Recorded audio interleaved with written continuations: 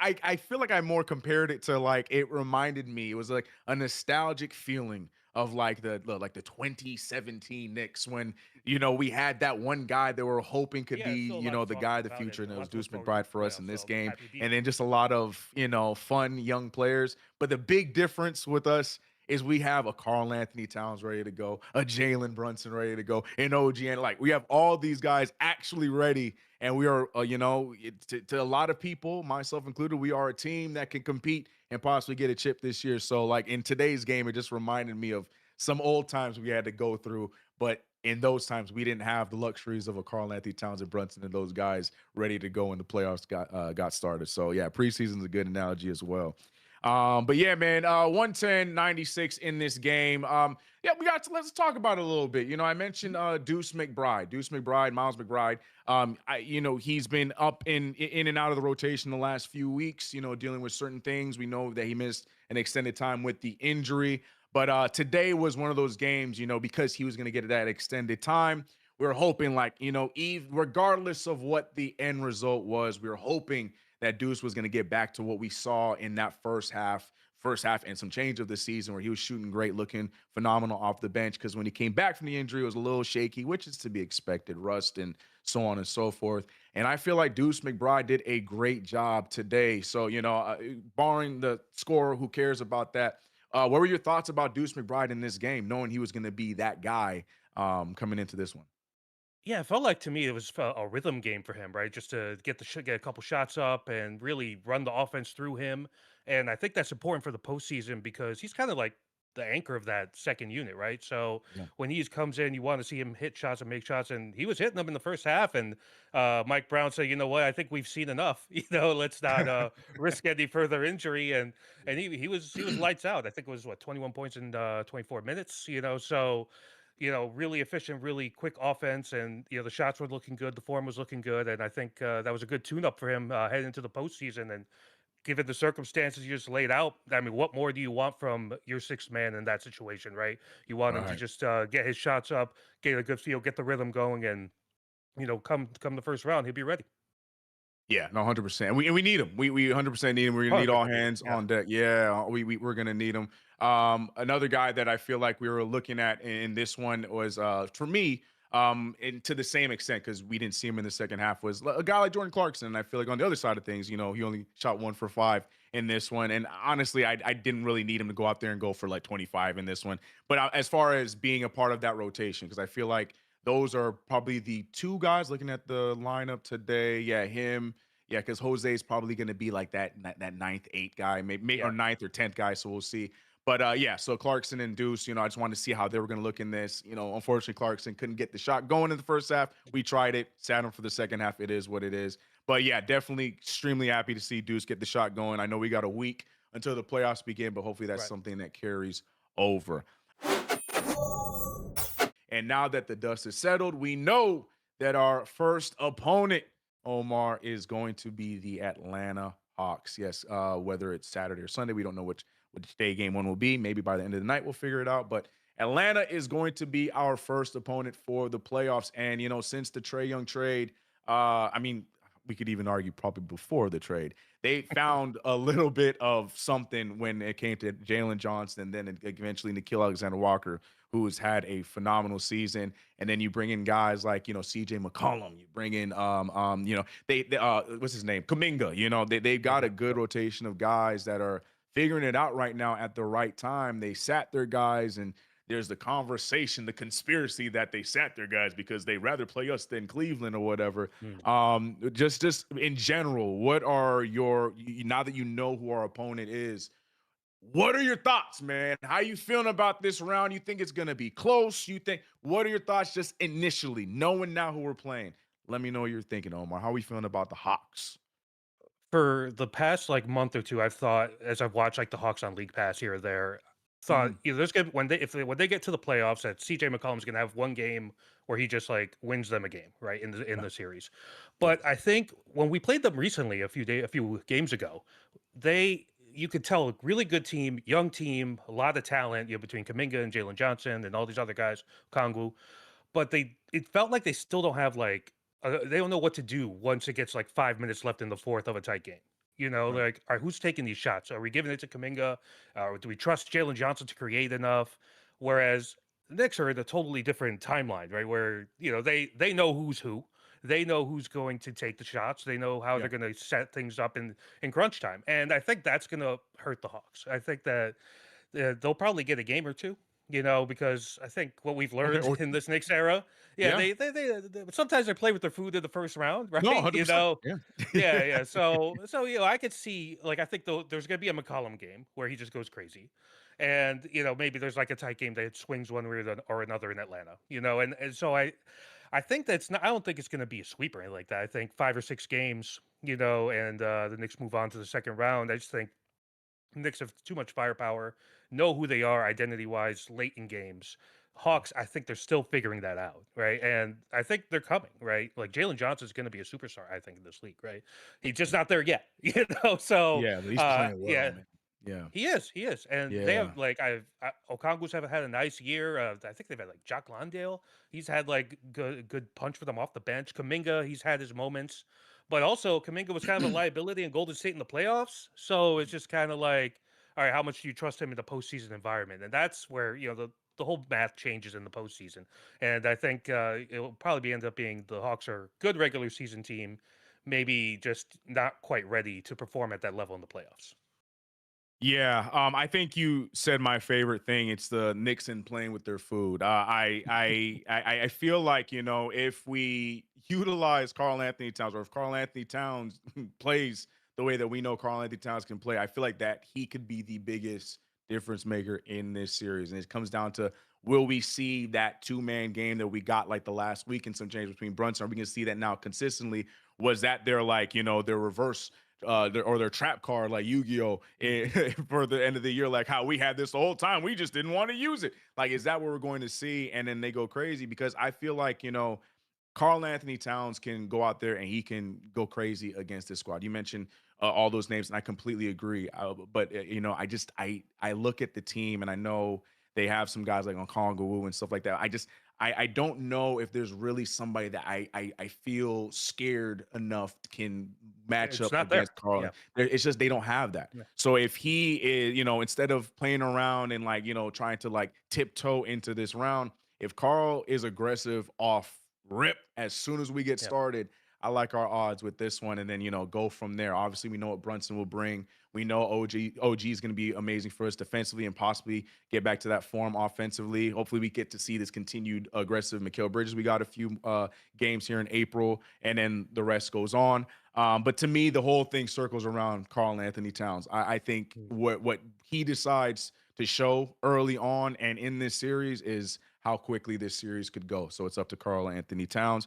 But yeah, look, I said it openly. I wasn't really too worried about any of those names that we had to go up against: the Mhm. Hawks, the Raptors, the Mad. I wasn't worried about it. I like this one because there is the history. It's different now because Trae Young's not there. But either way, if we're able Totally to different bounce, team, man. Totally different yeah, team. yeah. Mhm. But if we're still able to beat Atlanta and bounce them, it's still a little bit of me like, yeah, get out of here, Atlanta. Yeah, get out of here. Yeah, I mean, you're looking at like people's like, oh, I want vengeance from 4 years ago or whatever, and it's just like, yeah, it's just like it's a totally different roster, but there is the sting of it, right? With that Yeah, postseason, it was just kind of like such high hopes, and then you get bounced out early, and then it creates the whole rivalry or whatever with yeah. Trey, and yeah, there's still lingering effects of that, right? Where you'd It's like to there. see them It's there. see them Yeah, beat, so yeah, and yeah, I'm looking at the Hawks, and I'm looking at how they're going to deploy against the Knicks, and you would imagine there'd be a lot of ball pressure from Dyson Daniels on JB, no, and that's to your point why you need Cat to have an active series, yeah, and just to be able to kind of run some offense through him because we saw the playbook last year in the playoffs. They're gonna, teams are gonna go full court pressure on Brunson. They're gonna try to trap him, and force him to make decisions and force other people to score. And so when that happens, you need Cat. You got to have Cat there to yeah, man. really shoulder that load, and then that opens up more things for Anunoby, but opens up more things for Bridges and Hart. And so yeah, it's a huge Cat series, I think, considering the matchup. Just knowing how the Hawks are really going to try to deploy Daniels against Brunson. we are going to talk about our Mando stats of the night. I know we're excited about the playoffs, but I do want to talk about some stats on our final game of this regular season. So we're going to go through those. Shout out to Mando. Use promo code KFTV to get 20% off of a starter pack. All products last 72 hours, people. That is strength. And I know some of y'all gonna need. Shout out to Mando. Use that promo code KFTV. I didn't call y'all out, but I called y'all out. Go ahead and get some Mando. KFTV is a promo code. But yeah, let's talk about these stats, Omar. We like we mentioned, we knew that this one would be a bit of a tough one, but I do feel like, with everything considered, it was an enjoyable game with some of the runs that we went on. Obviously, the fourth quarter, the Hornets did what they did. But let's talk about these stats, and we'll discuss on which poked out more to us. So let's start. For the game, both teams shot pretty similarly from the field. Like I said, Hornets went on a nice run towards the end. Hornets shot 46% from the field. Knicks shot 43. We got 90 shots up to their 85. We both made 39. They won the game. 3-point percentage, they shot 37% and shot at 12 more threes than we did. They went 19 to 52. We went 13 of 40. Rebounding numbers. This is the ones I like to go to. 46 to 39. The Hornets winning that battle. Offensively, we both were at 12. I remember in the last time we played the Hornets, they were killing us on the offensive board. So a little bit better there. 34 defensive to our 27. Again, remember, no Mitch, no Carl. Assists 27 to 25. Steals, we had a nice third quarter there. But altogether, we won that battle 10 to 7. Blocks, they had us beat 7 to 3. Turnovers. I loved that with not having any of our key guys, we were able to keep our turnovers to 11 in this one. Meanwhile, they were around 18, which meant that we got which we love that. We got 20 fast break points to their 8, which is again is a big win against a team like this that loves to play NBA 2K rec style basketball.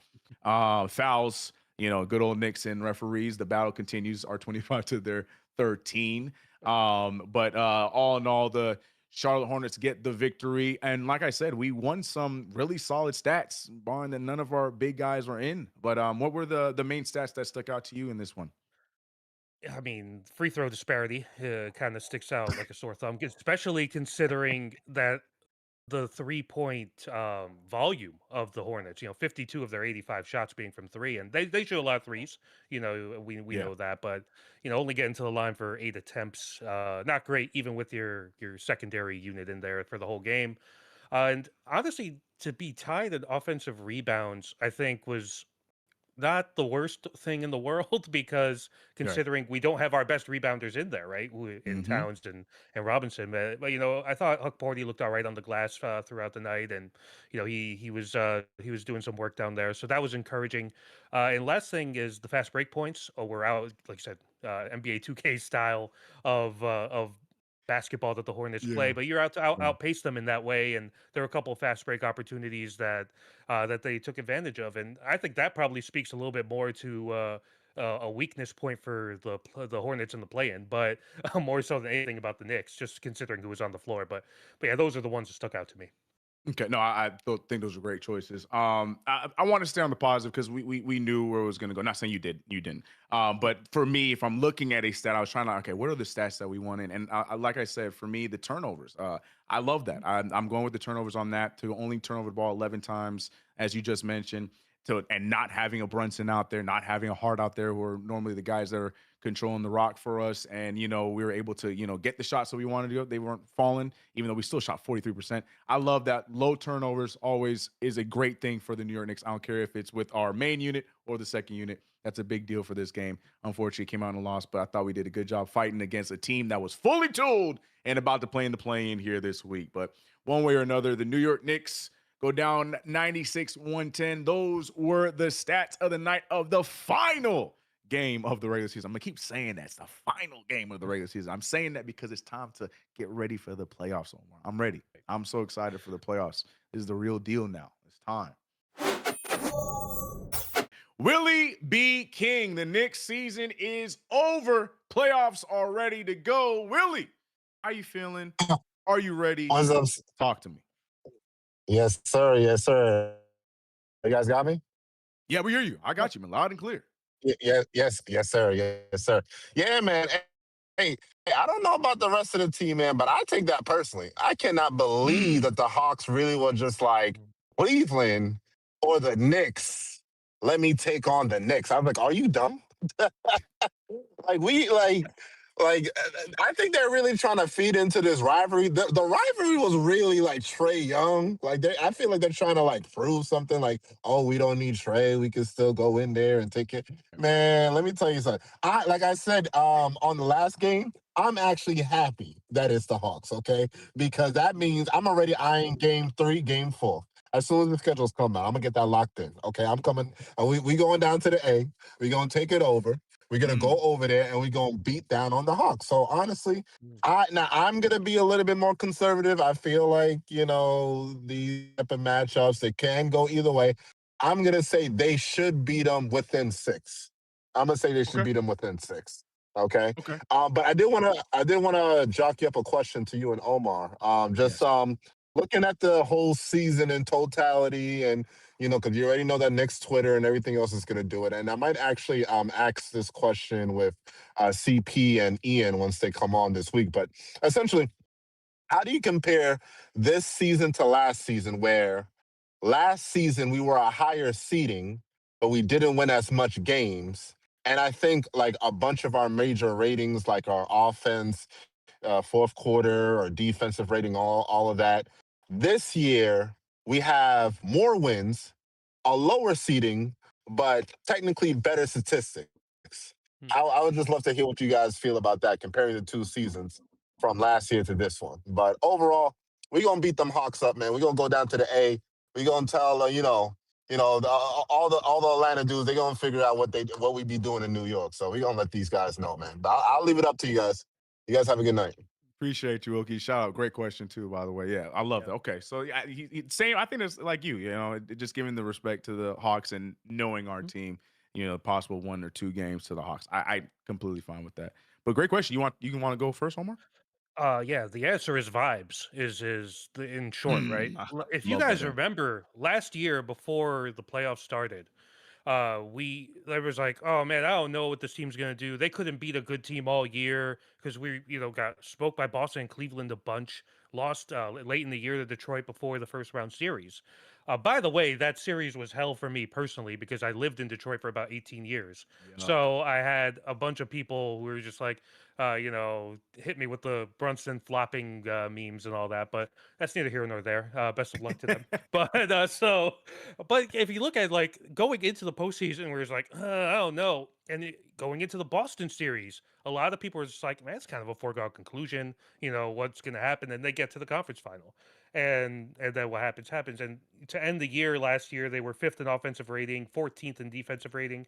This year they've improved both of those, Yeah. 3rd and 6th. So it's an improvement. There's the vibes are better around it. The team has competed against higher level competition, even in like when they played OKC and lost. They've hung in those games all the way through and shown that they belong. At times last year, we didn't know if they belonged, right? And that was to me the biggest indictment last year, is because like they bring it in Towns. Is this even going to work? Mhm. And there was a lot of questions, and this year, I feel like maybe there are still some questions, but not as many and not as concerning. I mean, there are a lot of people who were picking the Pistons to beat them last year in the first round. I have a Yeah. hard time believing that a lot of people are going to pick the Hawks to beat them this year in the first round. And that, if nothing else, should just show better improvements and better vibes overall.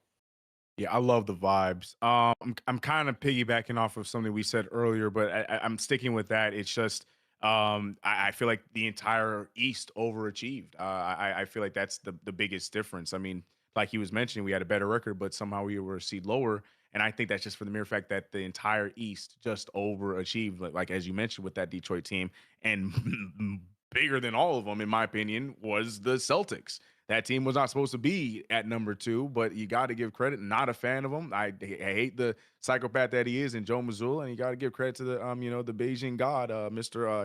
Hairline, and Jalen Brown. They both were phenomenal this year, and that Celtics team did a lot with very little after getting rid of a lot of pieces that I thought were, I thought that we were all scratching our head on like what's the game plan for the Boston Celtics? Yeah. Not mad at it, but what are we doing? Well, we know what they were doing, and they got the job done. So to me, I feel like a lot it's just the East just overachieved in general. We stayed in our lane, got more wins, did what we were supposed to do, as you mentioned, with us improving in a lot of stats and doing a lot of things differently this year. As far as on top of that, things that are might not be seen on the stat sheet as opening up our rotation a little bit more this year.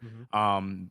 But I just think the East just overachieved in general, and that's what the big difference is, and why we're in third and not second. I don't think that's an entirely a Knicks thing, but I love the vibes Yeah. answer. I wish I said vibes first.